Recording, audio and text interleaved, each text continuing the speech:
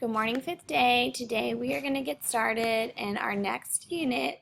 The novel is called Homer P. Fig. Before we get started, you have a quick write.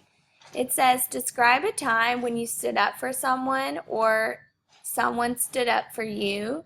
What was the situation and how did you feel afterwards? Press pause to write down your answer and play when you're ready for the vocabulary. Our focus question today is how does the author characterize Homer and Squint? Our vocabulary words are scrawny, which means it describes someone who's like thin or bony. Number 2 is abide. That's something that you're able to, like you can't tolerate someone. Or like they get on your nerves, so you can't abide them.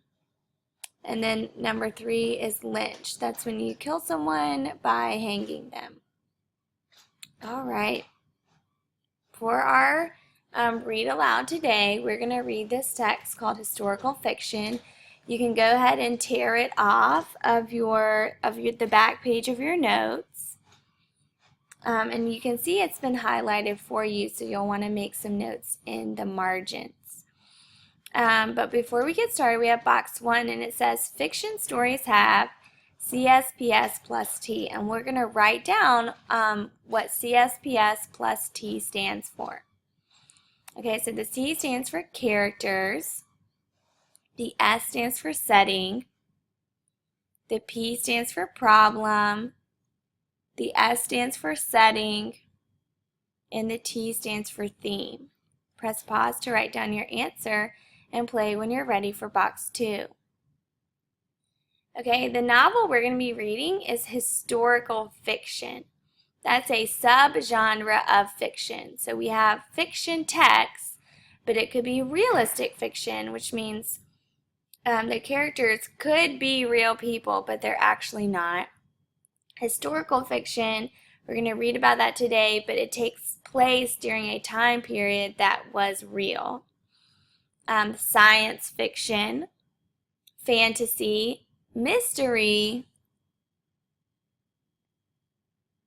and that one's so small, and horror, that's the other one.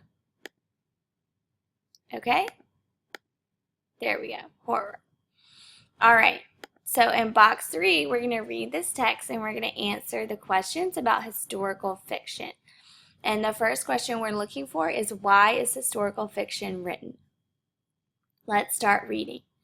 The genre of historical fiction in the field of children's literature includes stories that are written to portray a time period or convey information about a specific period or an historical event.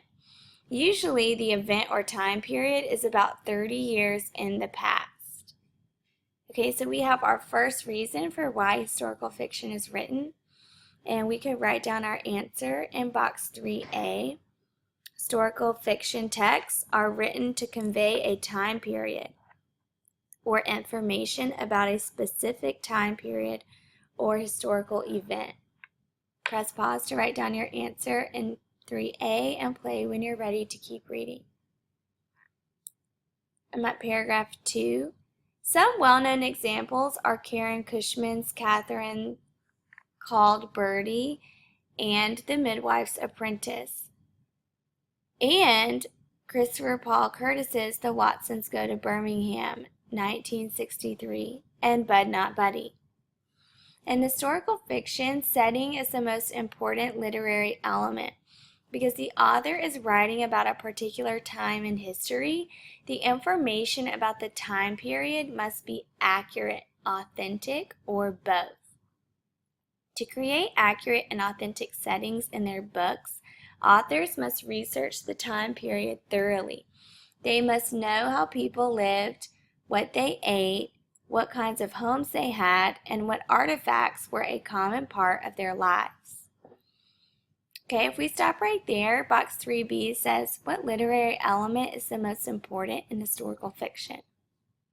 If we go back and reread our third paragraph, we know that setting is the most important element in historical fiction texts. Press pause to write down your answer and play when you're ready for box 4.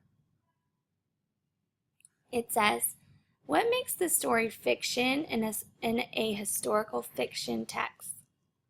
Let's read the next paragraph to find out. Historical fiction books, whether they are picture books, transitional books, or novels, may have characters who are either imaginary or who actually lived during the time period. Settings also may be real or imaginary. The plot events may be documented historical events, or they may be fictional. If they are fictional, it means that the author created the events for the telling of the story. The fictional characters, settings, and plot events must be portrayed authentically as if they actually could have happened. All right, we'll stop right there because we have our answer for what makes the story fiction in a historical fiction text. And in box 4, we would write, characters and settings can be real or imaginary, but the fictional characters, settings, and plot events must be portrayed authentically as if they could have happened. Press pause to write down your answer and play when you're ready to keep reading.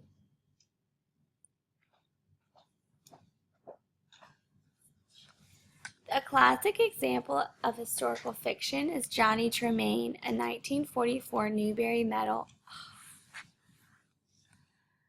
book. The primary setting is Boston, 1773. The book contains both real and fiction characters, real and fictional setting, and real and fictional events. The book is successful because the author, Esther Forbes' extensive historical research and knowledge of the time period and her skillful blending of history and fiction into a believable story. And our last question says, what makes the story historical in a historical fiction text? And if we go back and we read, it says a historical fiction text may have characters who are real or imaginary or who actually lived during the time period. Settings may also be real or imaginary. The plot events may be documented historical events or they may be fictional. And so that piece right there you could write down in the second part of box 4. Press pause to write down your answer and play when you're ready to keep reading. And for your paragraph, you need to answer the question, what are the characteristics of a historical fiction text? And you'll need to use evidence from the passage to support your answer.